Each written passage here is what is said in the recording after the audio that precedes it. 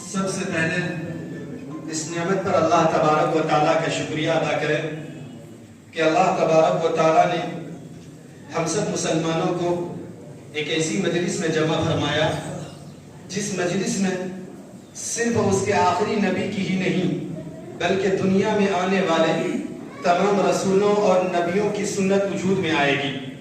اللہ ہم سب کے یہاں جمع ہونے کو قبول فرمائے۔ نکاح سے پہلے دو چار اہم اور ضروری باتیں ہم اس لیے سمجھیں کہ ہم سب مسلمان ہیں، تو ہم سب مسلمانوں کو نکاح جیسی عبادت کے بارے میں کچھ باتیں ضرور معلوم ہونی چاہیے۔ ان میں سے پہلی بات یہ ہے کہ نکاح کہتے کس کو ہیں؟ تو علامہ شامی علیہ الرحمہ نے اپنے فتوے کی مشہور کتاب فتویٰ شامی میں لکھا ہے النکاح لغۃ الضم، کہ نکاح کہتے ہیں ملنے ملانے کو۔ نکاح کو نکاح اس لیے کہا جاتا ہے ایک اجنبی لڑکا ایک اجنبی لڑکے سے یا ایک اجنبی لڑکی ایک اجنبی لڑکے سے جائز طریقے سے شریعت کی روشنی میں مل جاتے ہیں، اس لیے نکاح کو نکاح کہا جاتا ہے۔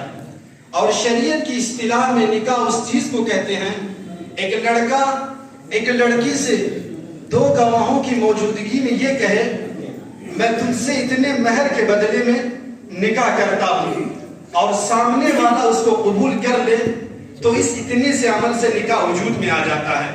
لیکن یہ خطبہ جو ہوتا ہے وہ عربی زبان میں ہوتا ہے، یہ اللہ کے نبی صحابہ اور ان کے بعد نیک لوگوں کی سنت ہے، لیکن یہ خطبہ عربی زبان میں ہوتا ہے، ہماری زبان عربی نہیں ہے، اس لیے نکاح کے اندر امام صاحب، قاضی صاحب یا مفتی صاحب عربی میں جو کچھ پڑھا ہے اس کا مطلب کیا ہے ہم میں سے اکثر مسلمان جان نہیں پاتے ہیں۔ اس لیے ہم غور کریں، ہمارا غیر مسلم بھائی جو ہم سے تعلق رکھتا ہو، جن سے ہماری دوستی ہو، وہ آپ سے معلوم کر لے کہ آپ کے یہاں نکاح سے پہلے عربی زبان میں کچھ باتیں کہی جاتی ہیں، اس کا مطلب کیا ہے ذرا ہمیں بھی بتلائیں تو ہم اپنے اپنے گریبانوں میں جھانکیں، کیا ہم اس کو وہ سب باتیں بتلا پائیں گے؟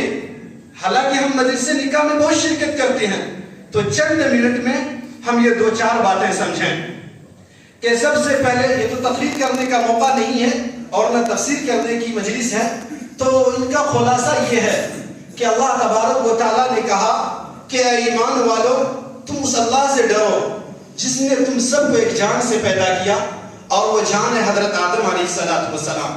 پھر فرمایا کہ تم اس اللہ سے ڈرو جو تمہارا رب ہے، اور پھر اس نے اس ایک جان سے ان کی بیوی کو پیدا کیا، پھر ان دونوں کے ذریعے اللہ تبارک و تعالیٰ نے پوری دنیا کے انسانوں کو پیدا کیا۔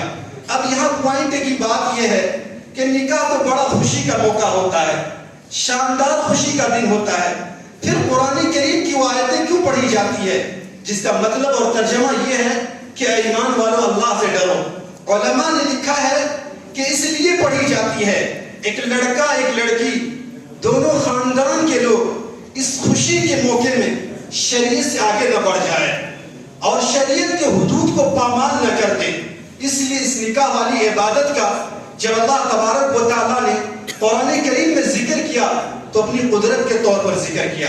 قرآن کریم کی ایک آیت ہے، اللہ تبارک و تعالیٰ نے کہا کہ اللہ تبارک و تعالیٰ نے تمہیں میں سے تمہارے جوڑوں کو بنایا۔ شوہر بیوی میں اللہ تبارک و تعالیٰ نے انسیت اور محبت کو پیدا فرمایا، ایک دوسرے کے لیے نرمی اور انسیت کو پیدا فرمایا۔ لیکن ہم خود پریکٹیکل دیکھیں، ایک لڑکا ایک لڑکی نہ تو اسے دیکھتا ہے، اکثر نکاح ایسے ہوتے ہیں کہ دیکھ بھی نہیں پاتے، لیکن شادی کے بعد میں جب ایک دوسرے کو قبول کر لیتے ہیں تو ایک دوسرے کے لیے جان دینے کو تیار ہو جاتے ہیں۔ یہ اللہ کی قدرت نہیں ہے تو اور کیا ہے؟ اس لیے نبی اکرم صلی اللہ علیہ وسلم کی حدیث ہے کہ آپ صلی اللہ علیہ وسلم نے فرمایا کہ نکاح میری سنت ہے۔ ہم مسلمان ہیں، شادی کا جو کارڈ چھپتا ہے اس پر بھی یہ روایت پڑھتے ہیں النکاح من سنتی، نکاح میری سنت ہے۔ لیکن نبی اکرم صلی اللہ علیہ وسلم نے فرمایا کہ چند چیزیں وہ ہیں دنیا میں آنے والے تمام نبیوں، تمام پیغمبروں، تمام رسولوں کی سنت ہے، یعنی یہ نکاح جو ہے صرف اللہ کے نبی کی ہی سنت نہیں ہے، بلکہ دنیا میں آنے والے تمام رسولوں اور پیغمبروں کی سنت ہے۔ اللہ تبارک و تعالیٰ اس مجلس نکاح کو قبول فرمائے اور شوہر بیوی میں محبت اور مودت پیدا فرمائے۔ دو مسئلے میں یہاں پر ذکر کرنا ضروری سمجھتا ہوں۔ ان میں سے پہلی چیز یہ ہے کہ یہ جو نکاح کی مجلس میں مہر متعین کیا جاتا ہے، اس کو کس طریقے سے متعین کرنا چاہیے۔ قرآن کریم یہ کہتا ہے کہ شوہر اپنی حیثیت کے مطابق اپنی بیوی کا مہر متعین کرے۔ آپ دیکھیں مارکیٹ کے اندر، سوسائٹی کے اندر، سماج کے اندر ایسے نکاح ہم نے خود پڑھائے ہیں، ایسے نکاح ہم نے خود پڑھائے ہیں کہ شوہر کے گھر والوں نے، شوہر کے خاندان والوں نے اپنی عزت بڑھانے کے لیے، 5 آدمیوں میں اپنی عزت بڑھانے کے لیے، اپنی نام اونچی رکھنے کے لیے لاکھوں میں مہر لکھوا دیتے ہیں۔ پوری زندگی گزر جاتی ہے لیکن بیوی کو مہر کے نام پر 1 روپیہ بھی نہیں دیا۔ یہ غلط ہے۔